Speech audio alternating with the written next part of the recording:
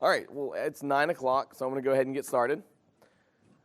So again, we had a few people walk in earlier. So this is Advanced GEA Configurations. My name is James Petty. I'm this is an old slide, so I'm now the VP of the DevOps Collective and also the treasurer. So kind of help run this event and put everything together.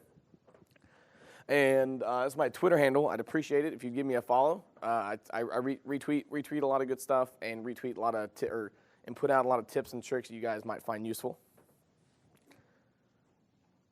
All right, so kind of go in a little bit what we're going to talk about today. So we got 5 things that we're going to try to talk about. We're going to go over do an overview of what GEA is. We're going to go over what the configuration files look like and what the modules look like. That way we'll all make sure we're on the same page and that we're using the same terminology both correctly, make sure I'm saying the same thing, and make sure you understand what I'm saying. Then we're going to go over logging and transcription. While that's not necessarily an advanced configuration, it's probably one of the most important, if not the most important thing that you need to implement when you're implementing GEA, because you're giving access to these endpoints, so you want to make sure you have a recorded history of what your users are doing. Then we're going to go over run as accounts. These are kind of iffy. There's not really a great, well, let's say that. Most everything you do, you're going to want to use a virtual account because that virtual account gets stood up and torn down when it needs. Run as accounts, you can pass through your credentials. You can run it as a GMSA, or where you can set another user, such if you have a task that needs to run as a domain admin, you can give it a domain admin credential, and we'll show you how to do that. Logon scripts, that is how I'm kind of doing a lot of my logging, because the built-in logging that they have is not that great. So we're going to show you kind of a tip that I came up with on how to do that. And then hopefully we're going to have some time to go over kind of what I like to call a break glass account that has really lots of access to do lots of things, but you have to jump through a whole lot of hoops to get there. And when you do, all the bells and whistles and sirens go off and all the emails go out. But one of the biggest points with GEA is we want to make sure that the technology is not a roadblock for allowing someone to do their job. You need to know that someone got in a break glass account, but that shouldn't stop them from being able to do their job and fixing whatever's broken. All right, any questions about kind of what we're going to cover? Right. And for those of you who don't like PowerPoints, that's all the slides I have. All right, so we'll go a quick little overview of my environment. So I have an environment here on my laptop. I have oh yes, for sure.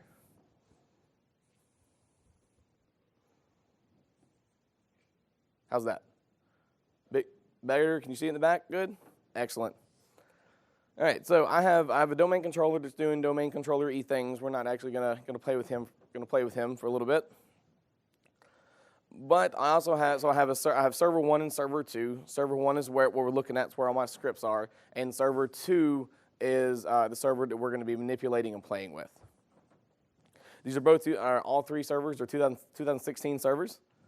So the domain is called puzzles.local, and I have 2 users. I have Ted and Marshall, and they're both domain admins. But we're going to see how we can restrict both Ted and Marshall's abilities to do things on these endpoints. All right, so we'll do kind of a quick overview, real quick, just kind of make sure we're all level set. So this is our PSRC file. So this is our configuration file. This is if you were in my session last year, or if you read the book, the PowerShell conference book, I like to call this the who file. So I have a who and a what, because PSSC and the other one is just kind of, the PSM1 file just gets confusing with terminologies. So we can see here that we can, down here at the bottom here, this is where we're actually saying who can do what. So we have Marshall, and his capability is a module that's called demo. So this file is pretty easy to create. You just do the new PS role capability file, and it will spit all this out for you. And this is also where you put the transcription. We'll go over that in a little bit. And in this part, this is the most important part right here when we talk, once we start getting these run as accounts. So by default, everything is set to not run as a virtual account. So it's set to run as the account like you're passing your credentials through. If you want to use the virtual account, which you all should, then you have to put this in here. Otherwise, the default is false.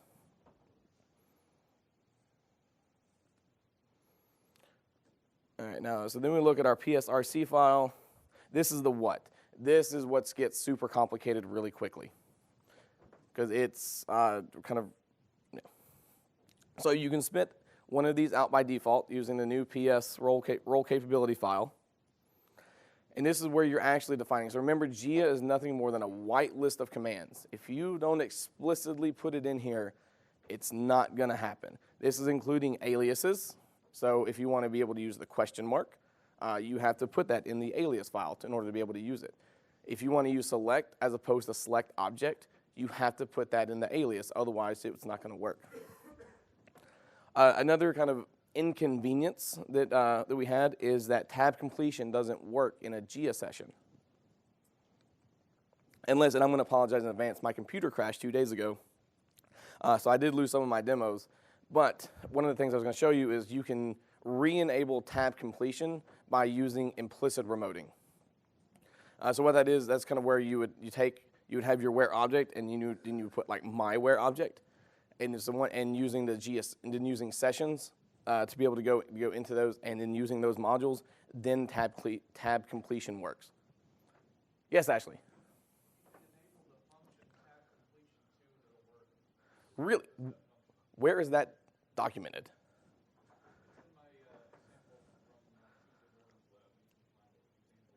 Okay, I will find that because that's going to make my help desk really happy. All right, I know, something else we're going to be talking about here in a little bit, again, where most of our heavy lifting is going, is here with the scripts, the process. This is where I do a lot of my heavy lifting, such as my logging and sending emails and sending SCOM alerts. I do all of this in my scripts, the process.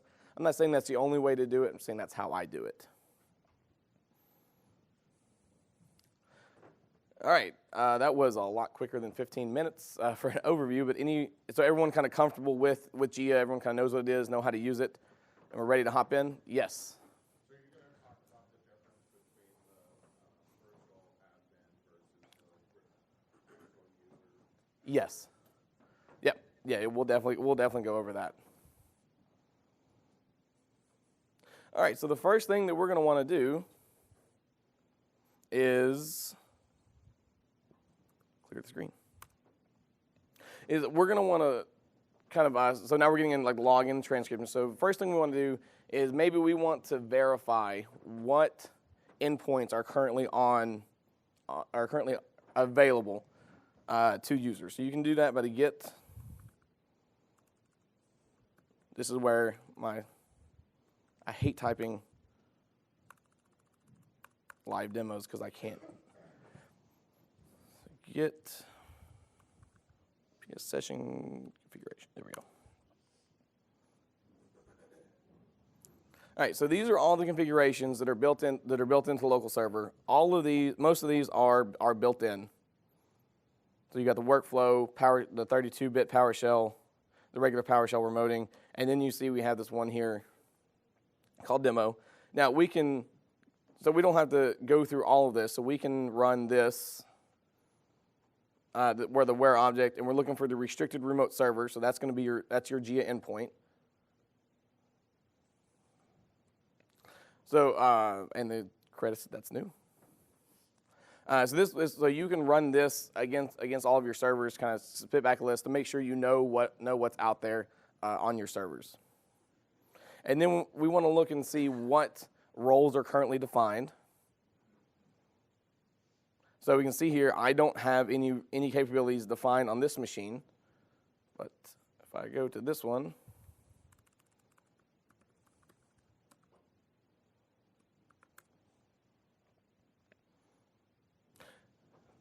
going to take a little bit. I can already hear my fan kicking in.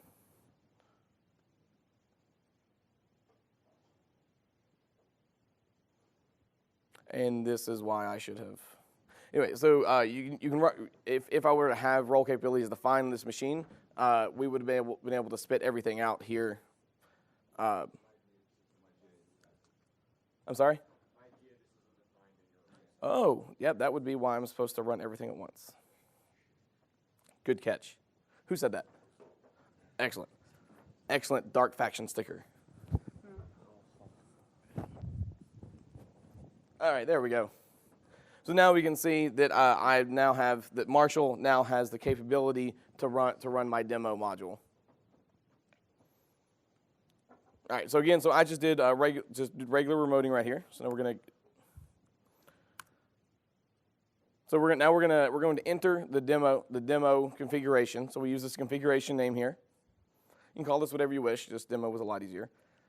I'm using a user, or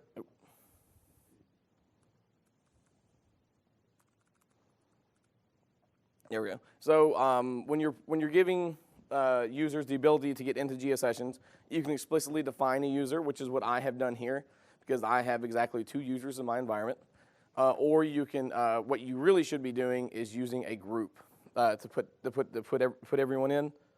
That way, as people move job function and whatnot, you just take them out of the group and in the group. Because if you explicitly define it, then every time you put someone else in, you have to re-register that endpoint. So if you just use the group, it's a whole lot easier.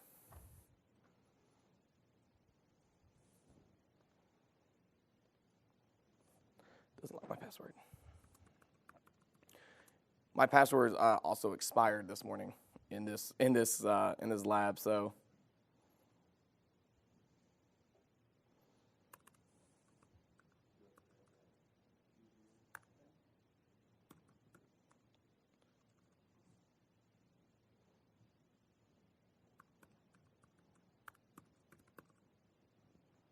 All right.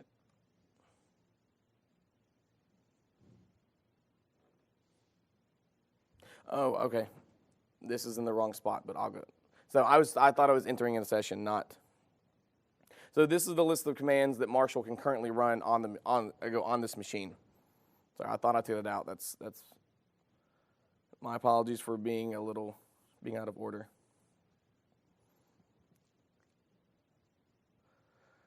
All right. So now what you want to do again? So we talked about how logging is super important, because you want to make sure that you have that list of what everyone has ran.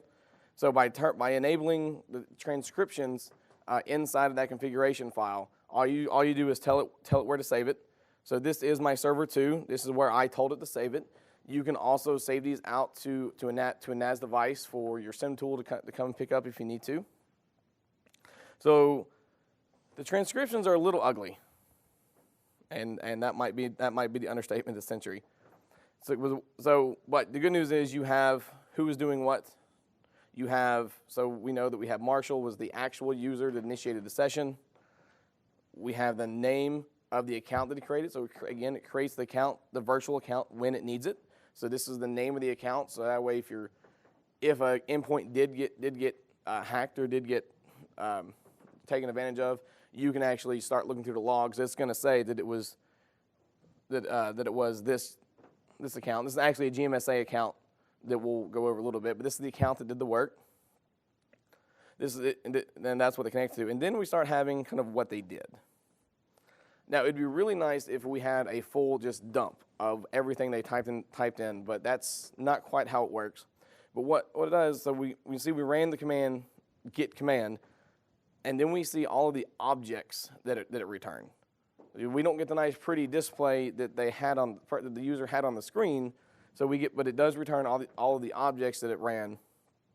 So we are able to kind of see what it did. So you can see it came back with 2. That's one of the commands that it came back, and that's all of the information and the objects that came back, and it came back with a count of 2. So this is what it looks for. Again, it's not pretty, but it does give you exactly what that user did.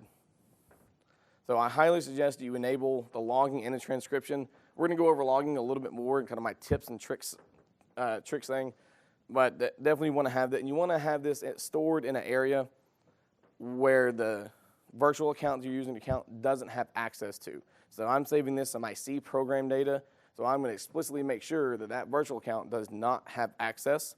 That way, if your rogue admin is in there doing something they're not supposed to be doing, they can't go and delete the log file that's covering their tracks. So again, you can put this wherever you want. Just make sure you lock down the security on that area.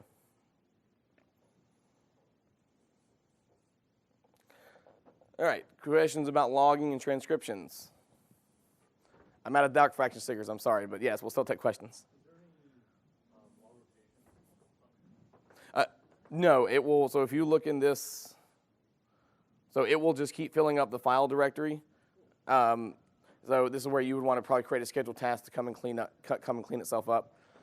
You could create your own module, your own function, your run as script, or the script that runs when you log in, to go and clean it up for you if you wanted to.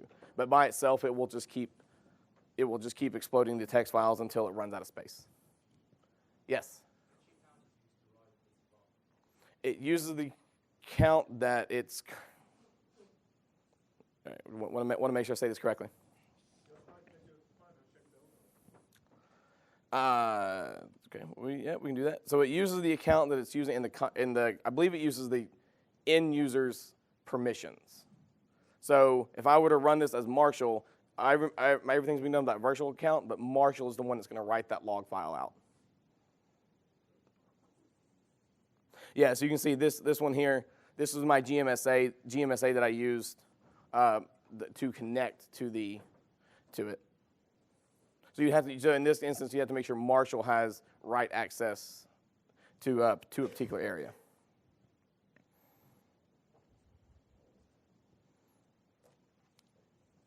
Any other questions before we move on? Can the two configuration files mentioned earlier be digitally signed and work? Like signing our script? Right. It's a great question I don't have the answer to, but the people who do know the answer will be here later today, so I'll ask Lee. But that's a great question. So the question was, can the two files, the PSRC and the who and the what files, can they be digitally signed with a certificate? And I don't know the answer to that question, but I will find out and tweet about it or blog about it.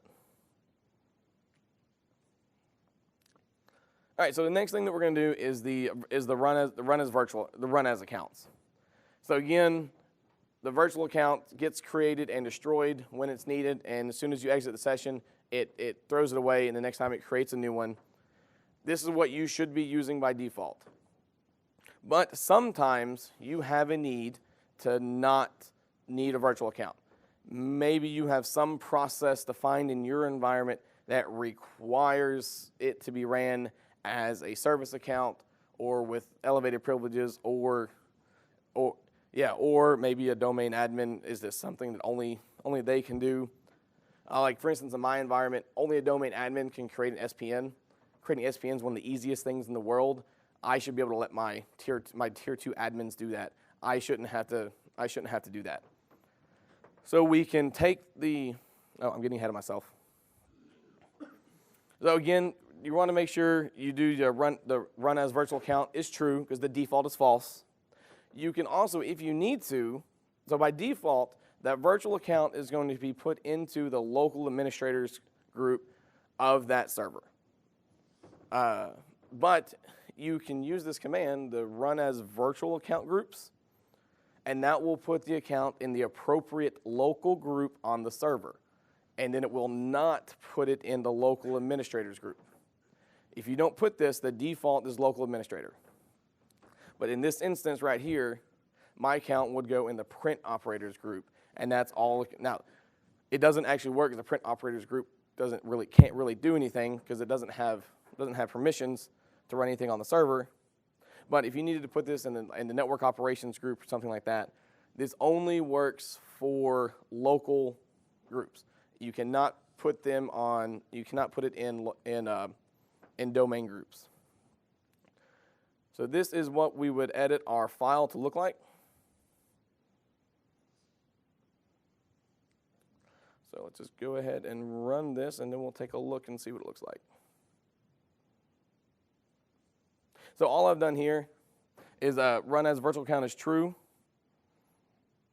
and I'm putting my the account is going to be in the backup operators group. So here we can take a look at the new file. Where did it go?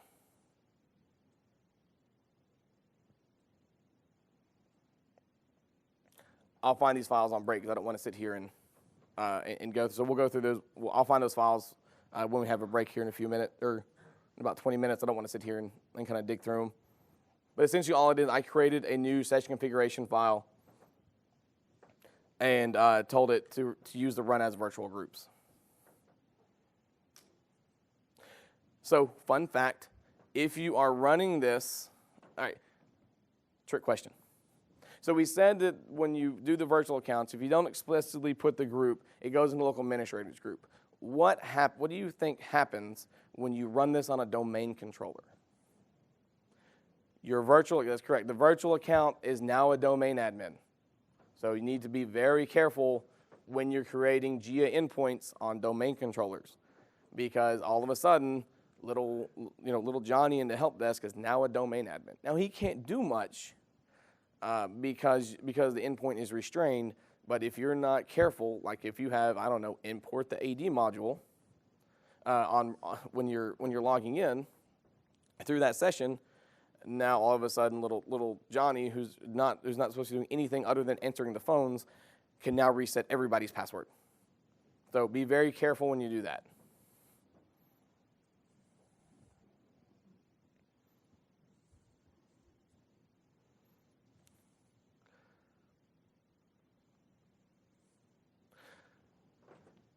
All right.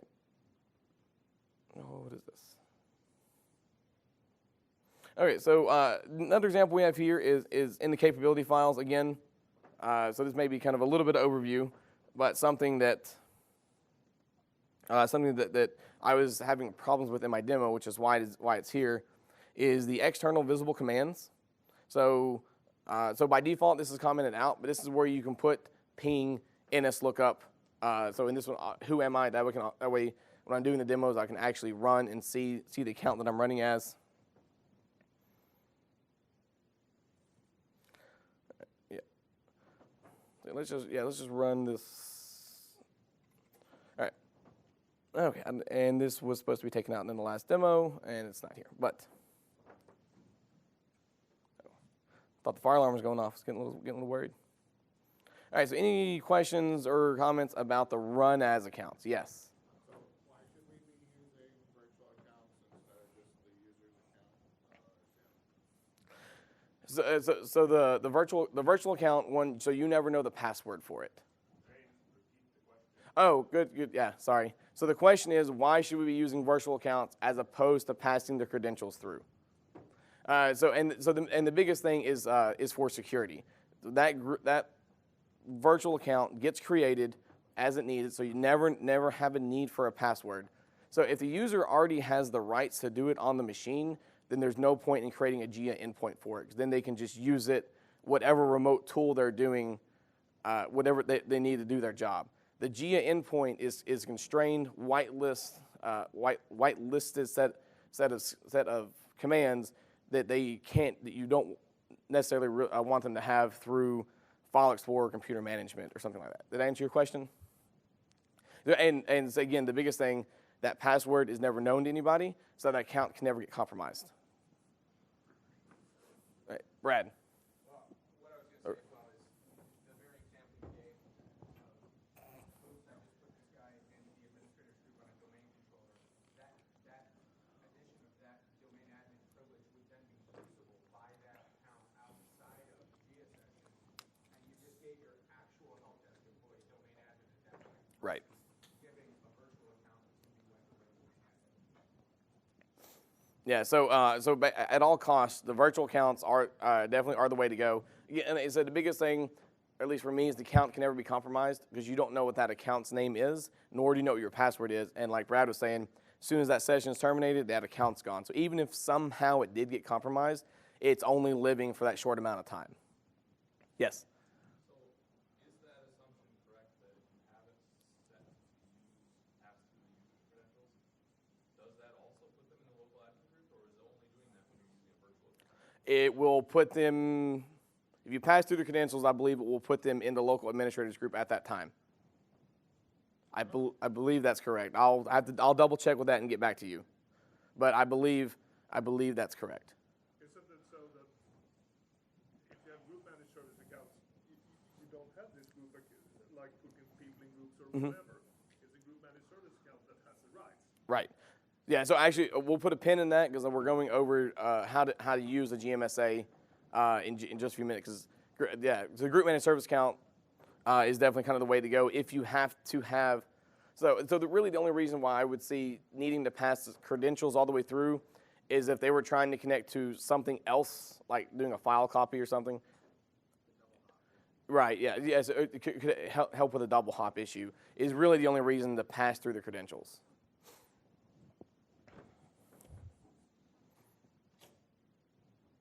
Okay.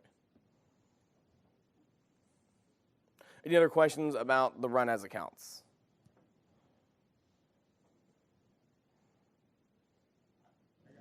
Oh. Figure out this whole, if the run as account is a local admin, how are you going to prevent it from deleting the log? Right, that's where you would explicitly have to take away the local admin's rights from that log, from that specific directory. Right, but if they're a local admin, they can just take ownership of it and give themselves the permission back to it. So I'm still trying to understand how you present them with the command name to do that. Right. Selectively whitelisting commands that they can run under the local admin account, basically. So you don't have any sort of file management command whitelisted, they have no way to take ownership of that file. All right. Yeah. So come and see me in 403 after this. I can show you kind of in detail kind of what we're talking about. Yes. Is there a particular reason over a group managed service account versus just a normal managed service? I prefer group managed service accounts because I can put all the servers that are allowed to use that group inside that group, and that's the only place it can run. Oh, if I forget to do that, please ask me to repeat the question. The question is, why would you use a GMSA over a managed service account? And so for me, it's just I can put all the servers in the group that are allowed to use that service account, register that service account, and then that's where it's at. It's kind of my personal opinion, but if the MSAs are working in your environment, then there's absolutely no reason why you shouldn't use them. Because again, you don't know the password for those MSAs, which is the whole point, which is why they're awesome. All right, we got about 15 minutes here before our scheduled break, so we're gonna go through on how to use a GMSA.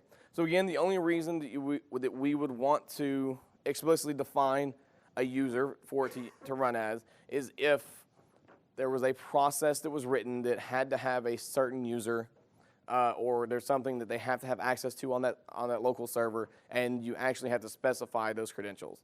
That would be the only reason why you'd want to do this. This implements a whole major security hole in your environment by using these run as credentials. So you want to make sure that you have a valid reason to do it, and there are valid reasons for this. You just need to make sure that it is what you need for your environment.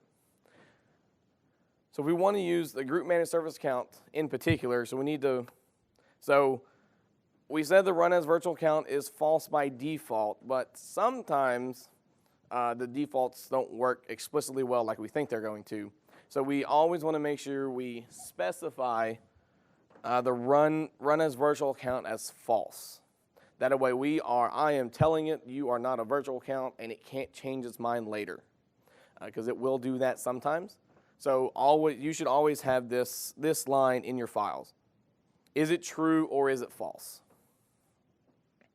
And then the next command that we need to run here is the group managed service account. And then it does not require the $sign. So group managed service accounts are sometimes service accounts and sometimes computer objects.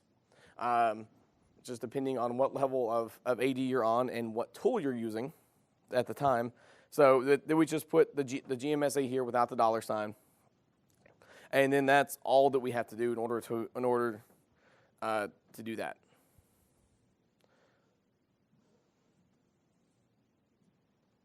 So we're going to run this. So all this is doing, I'm just creating a new configuration file. Now, just to kind of point something out for everyone out there, this little warning here, the only reason I'm getting this warning is because I'm using a remote session to create a configuration file. But but in this command here that I have hidden now, I have the register command. So when you run this, it restarts WinRM. So that's why it's spitting out this warning every time, because it's killing my session. You shouldn't see that in your environment unless you're doing the exact scenario that I'm doing. I just wanted to point that out, that we didn't do anything wrong and nothing broke. It's just the way that I have my lab set up. All right, so now we set our configuration file to run as our GMSA. So hopefully I still have so my favorite command is who am I? So I'm going to make sure that's in there so we can actually see who we're running as. So now we're going to enter our session.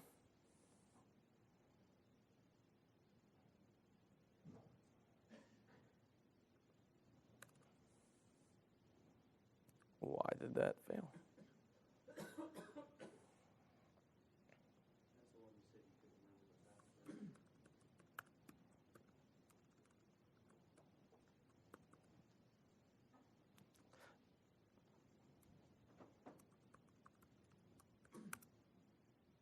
I locked myself out of my own server.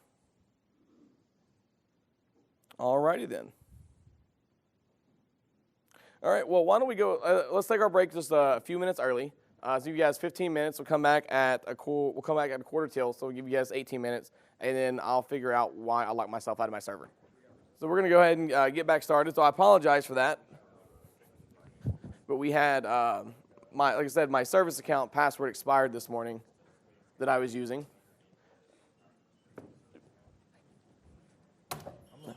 So, like I said, my account password expired this morning, so when I changed it, I forgot to take the expired flag off of it. So that's why we were seeing access denied.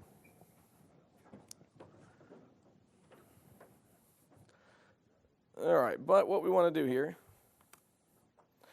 is, all right, so we're going to enter our session here. So we have our credentials. I have my credentials saved at the top because I'm a terrible typist and can't type, as I'm sure you've already seen already. So we're entering in the configuration demo. So we're going to do that.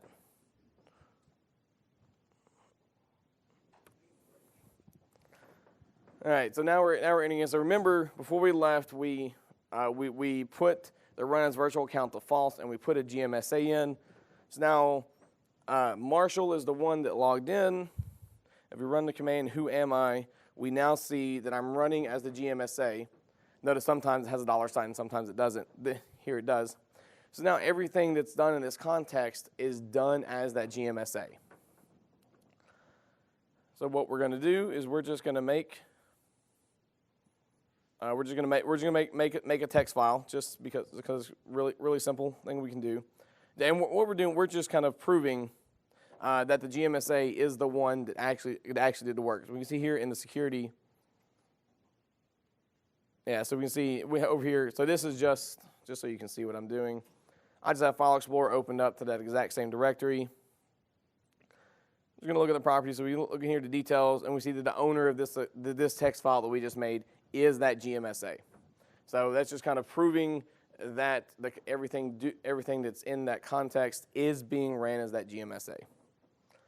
Again, GMSAs are a much better solution over pass-through credentials or defined user account.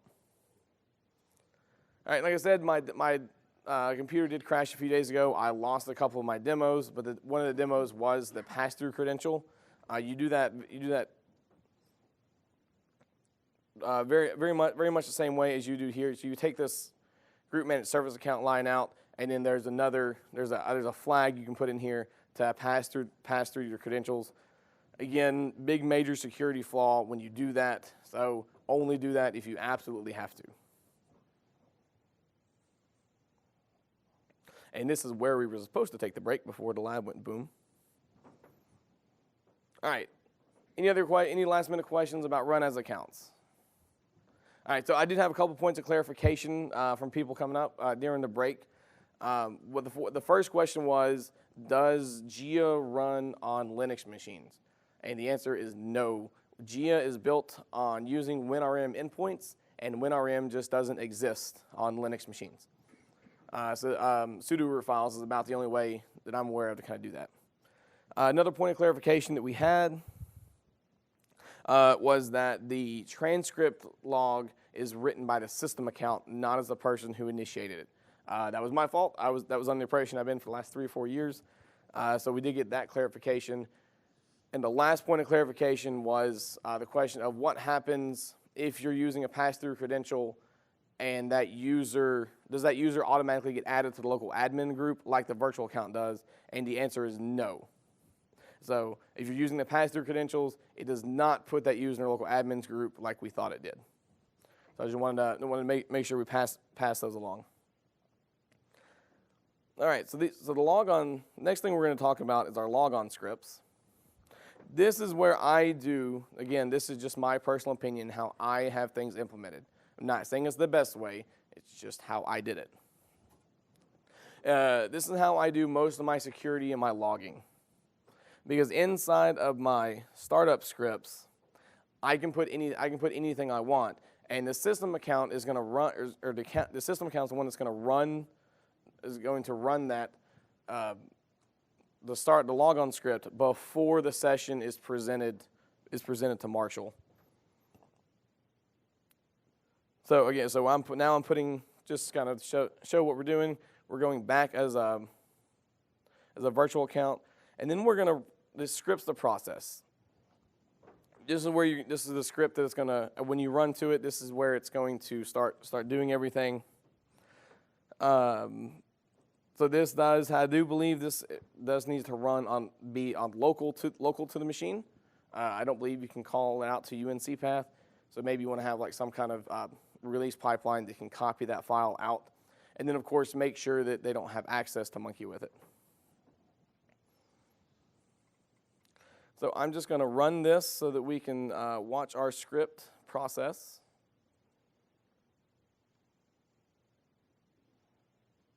I have to get out of my session first. Now, so I'll have this down here a little bit, but while this is working, so you can see, again, what I've done, when a user connects to a GEA endpoint session, it's kind of difficult to see who actually initiated the connection. It's buried deep down in a WinRM log file somewhere, and it's really kind of hard to find. What I have done on my machines is I have created a new log file, and inside of my scripts of process, I have an entry here to write to that log file, and that way I know. And then from here you can put all the information you want inside that log file. That way you're not digging through a whole bunch of stuff. Yes, Ashley.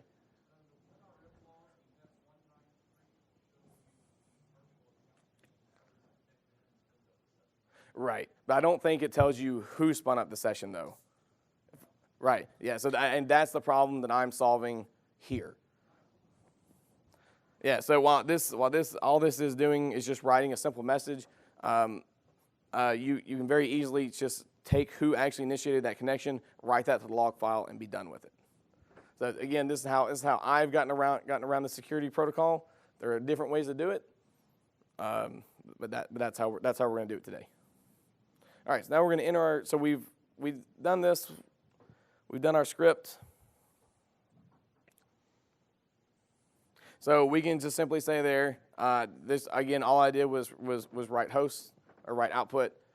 I told it, kind of scaring Marshall a little bit. I know that you logged in. Here's the name of your account, and then I'm sure your legal department has some kind of notice that you need to put on all of your machines. So this is a great way to do that.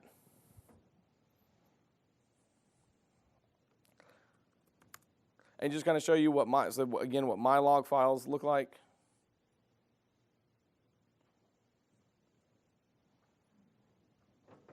Well, I guess there's actually no need to actually go through and do this, but because it should already be there. All right. So you can see, so this is what my log file looks like. Because it's in the startup script, it writes to the log file on the local machine every time, and then now I just use my whatever tool I'm using to do log monitoring, set it up to look for whatever event ID it's looking for, and then from there you can start triggering emails. I really tried to get working an SNMTP client, but my lab doesn't have access to the internet. I did this in my work environment, kind of in my lab environment setup. You can also use the send SMTP command inside of your script. So this is where you can start firing off emails to managers and whatnot saying, hey, this account was used, this account was used, this account was used. You can put that in the startup script as well.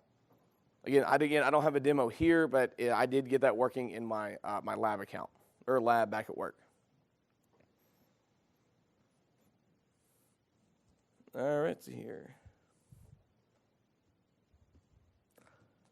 So running a little bit ahead of schedule, so we'll just kind of try to slow it down a little bit and talk about. So in the synopsis for this, or any other questions about the logon scripts, I should say. Again, so this is where you can do all of your heavy lifting, all of your alerts and notifications. You can set alerts to whatever your monitoring tool is. If you're using SCOM or some kind of other agents in SNMP trap, all of this can be done inside of this file. I believe it executes as a system.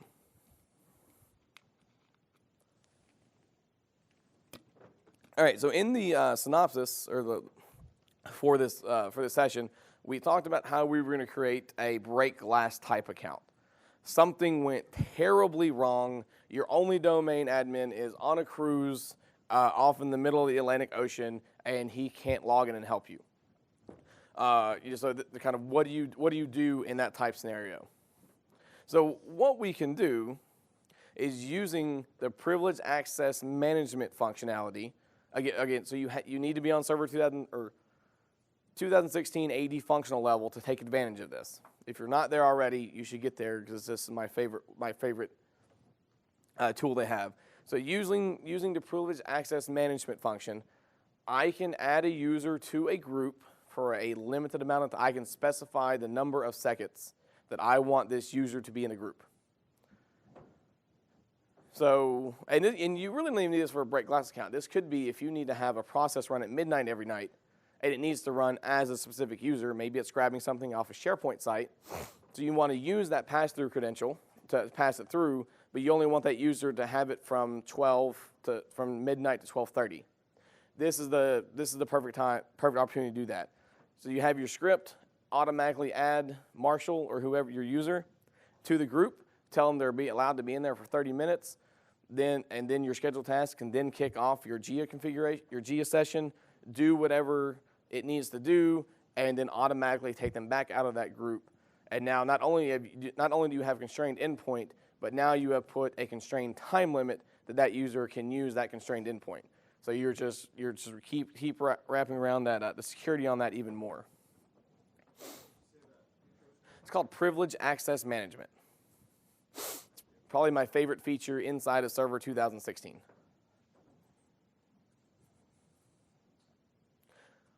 So this would be a great instance. Let's say you have a nightly processing job where you create all of your new Active Directory accounts. You could pay, you could have a script that someone have rights and access to Active Directory to create new user accounts, or you could have a GMSA do this on a scheduled task that reads everything out of your CSV that HR gives you, and then you just have the scheduled task run this because you don't want to give everyone that access. Be able to create new accounts because then they can just create an account and do malicious things with it. So this will help you kind of automate things in your environment. Again, continuously wrapping around that's the security blanket around everything.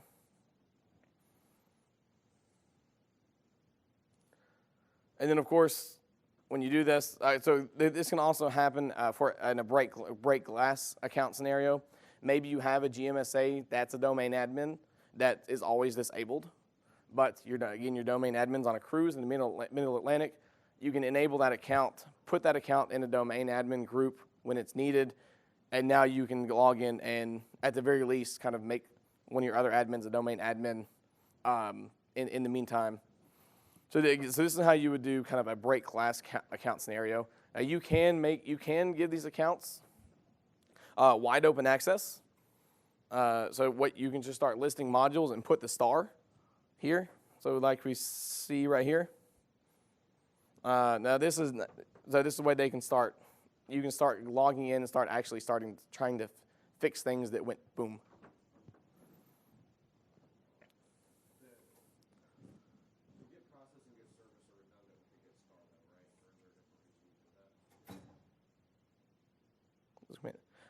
Yes, they are redundant. Yeah, this is where I just kept building on top of my demo, going back and forth. But yeah, you're right. So now going back to our scenario of a nightly process, we have our ability to whitelist, set AD user, create a new AD user, remove an AD user, or set AD account password. So again, you need to be careful when you're giving these rights, but I'm assuming if you're whitelisting these that you have a reason why you want to do this. All right, so we're just gonna create a new session here.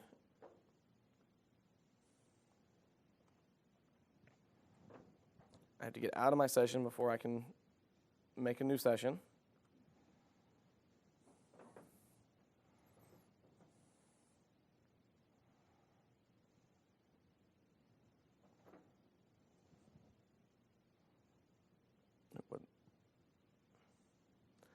Got some red text. That's not supposed to happen. Oh, that's just okay. That's fine. All right. So now we're logging back in. So again, we've done our scripts. All of our bells and whistles have went off at this point. So here we didn't go over this, but we got a little bit extra time, so we can. So I've loaded the Active Directory module here into this session. So we can see this module is to import Active Directory. Now, fun tip, if you were to expose commandlets for a module that's not on the machine, the whole thing goes boom, and it doesn't work. So you do need to be careful here. So like in my environment, this would be a separate endpoint on the machine than my regular general session, than my general one. That's just how I have everything done, because the Active Directory module wasn't on here. So the whole thing would go boom, and then you couldn't log in, and none of these commands would work at all. All right, so we're loading the modules to import. 9 times out of 10, if you want to get star, I don't care. I don't care if you can get whatever. And then we're also this was up earlier, and I forgot to point it out. We're exposing the file system. That's how we were able to do a set location, create new files. Yes. Is there a limit on the number of functions that can be imported or commands that can be imported? I haven't found any, but you need to be asking yourself, why do you need to expose so many? Just theoretical what Right. like. And then of course I don't have an example in here, but you can also, if you have a function or a module that you have wrote for your company, but it's the special, it's just for you. It's not like it's not the web management or the SQL tools. You can do that here in the modules to import. You can import your own modules in here as well, and then from there use your own commands. If in your own script, say you like have a help check. Right. And it goes through there and it starts services and then it restarts services, whatever. If they have access to your script, but it calls other like restart service, do you have to give them access to the restart service, or just give them access to your? That's your script. Yeah, right. Yeah, just your script. That's the beauty of it. So you create a script that does what you want. You Right. add some parameters. Yeah. And then you give them access to that script, so they can exactly do what you want. But they don't have that access. It's not like To get service or something. Right, exactly. So that's the beauty. One of the best things about JEA is that you can write a function, write a script, and like, okay, help desk, run this script when this happens, and then And then they can, now your script needs to have, if you're calling an AD module or an AD command, that script's going to have to import that module in order to do it. But yeah, so they don't necessarily have to have the rights to do all that. Yes. So, I think you might have mentioned this earlier. How does this handle all the content methods and classes? So, does any of this stop me from sending commands to AD via the ADSI class or anything like that? I don't think so, but we'll have to double check on that one. There is a setting in the JEA where, general language stuff, you don't want to do that, because then you have all doors open, it's the whole thing, but there is possible to open that way. Right, yeah. I know in the language support you can tell it to. Okay, my question is specifically how to disallow that. Because Oh, is this allowed by default? okay, cool, yeah. Okay, I thought you were asking how to allow it. No, that's a big can of worms. So Oh, okay. Oh, yeah, for sure. All right, so what we've done, so I did the one thing I told you not to do, but because my environment's really small. So I went into our domain controller, simply because that's where the only server I have that AD's installed. So we can see that we're running as our virtual account. Now remember, this virtual account is now a domain admin, but I am also be able to whitelist the commands that it has. And because I forgot to clean up my environment, we're going to delete a user. I'm sure there's a valid reason for it. But just kind of showing that we can use our built-in Active Directory commands. So we can see here we can create. As a virtual account, it's able to create these accounts. I could, if I expose the points, I could start moving them or expose the commands. I can start moving them around, and then, like I said, I can delete Barney. He's no longer an employee here. If I'm gonna, and then now this is kind of where you get a little. You have to make sure you're getting very specific with what you can do, because if you have the ability to set AD password, if you were to do set star and you imported Active Directory module, I can now reset everybody's password. And once I have your password and add you into a new group, I don't need a JEA endpoint session anymore. I'm a domain admin. I can do whatever I want.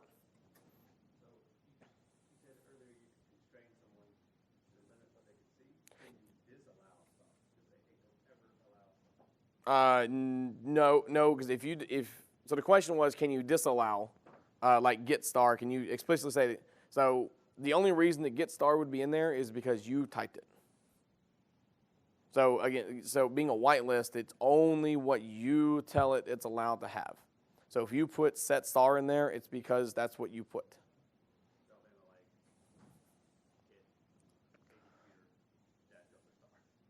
Okay. So it is possible to constrain the parameters on that they can run. I think it's implicit. So you can't say star. You'd have to just kind of live it. Yeah.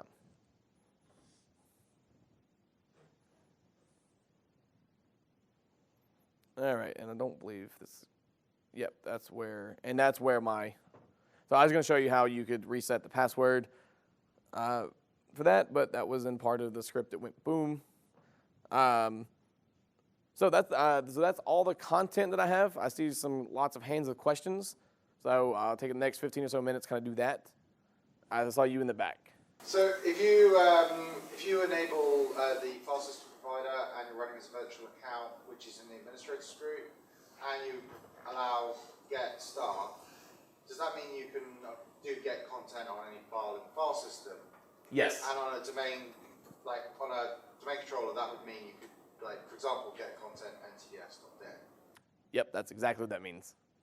Again, so you got to be very careful on doing things. Now that's where you could constrain the parameter to not allow, or to not disallow, but say you can only get content on $D or $temp.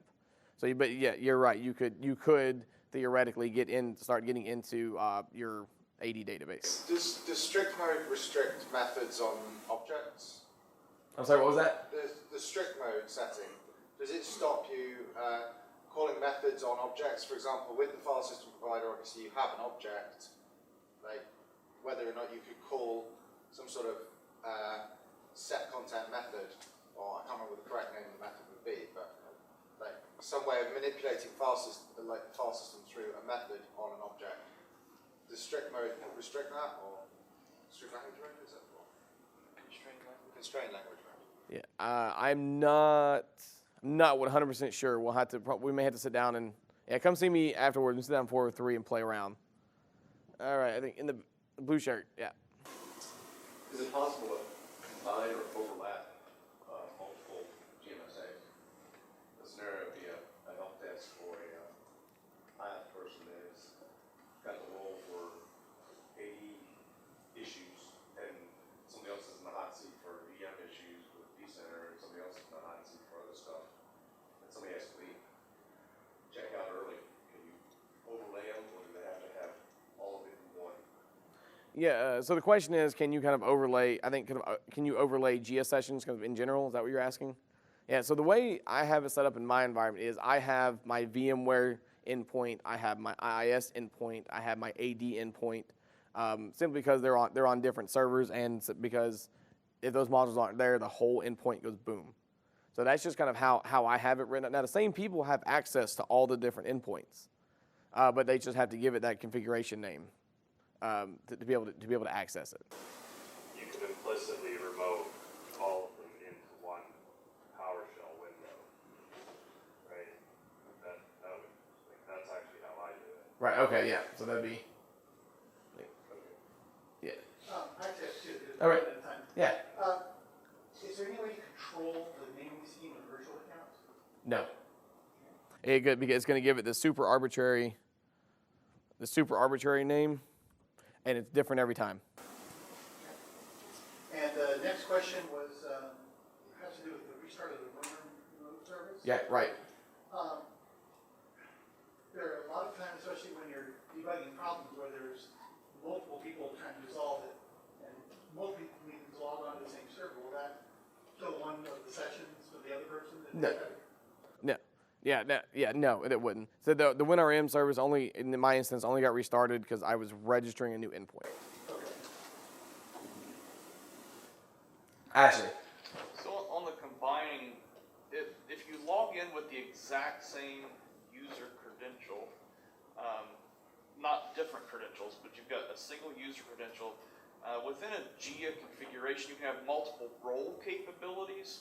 Those role capabilities have ACLs on them that you specify which groups can do that. So you can have a member of 2 different groups, and they will get the accumulated commandlets whitelisted for them from those 2 different role configurations within the JEA configuration. So you can actually create layers that way for a single user. It just depends on which groups. Right. So Alice is a member of the storage admins. She can see the storage commandlets.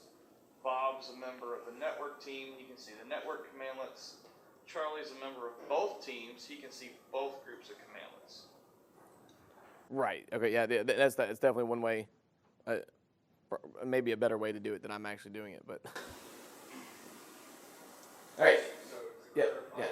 clarify what we just said. So you have like one configuration, but you have multiple roles, and if someone logged in using that configuration, but they're in the scope of multiple roles, they get the accumulated access for all of Correct. them?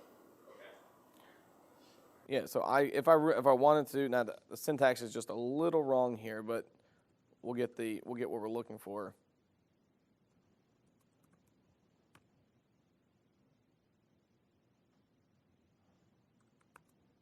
So I could do a role definition like this if I needed to, if I wanted to. Is that what you're saying, Ashley? Yeah. That way they're all connected to the same endpoint. But so the only caveat that would be is all these modules have to be installed. Okay. So at that point, you could have like a tier 1 role and a tier 2 role, but all tier 2 is a couple of extra commands on top of it. Yep. And all the base stuff comes out of tier 1 and it's all assuming the groups are correct, just gonna hold it for one person, so you're not duplicating anything. Right, that's correct. Yep, that's exactly how that would work. All right. Anybody have anything else? All right. Okay. So we did finish a little early, so sorry. I do apologize for the lab not working quite as expected. I do believe that this is also going to be in the next version of the PowerShell conference book, so we'll have the demos and stuff kind of more fleshed out. I'll be hanging around here if you have some more like one-on-one questions or actually kind of want to see how everything is set up in the lab. But if not, I think the food, all the food and everything for the mid-morning snacks will be out in about 15 minutes outside. Yeah. So all of the role configuration is implicit, correct? There's no blacklisting anything. Correct. Yeah. You blacklist by not putting it on there. Okay, so you'll never have a situation where if you use two roles, one role is blacklisting something and another is adding it, right? I believe when it does it like this, I believe it implements it from the top down. So if you blacklist something right here, but it's whitelisted right here, I believe it should be whitelisted. So it's as good as the last one that was processed. Right. All right. Well, appreciate you guys coming, and there are other sessions still going on. I think there's another 45-minute session that it's kind of about halfway through, or if not, the mezzanine is beautiful outside. The mezzanine is a great place to hang out and get sunlight. All right. Thanks for coming.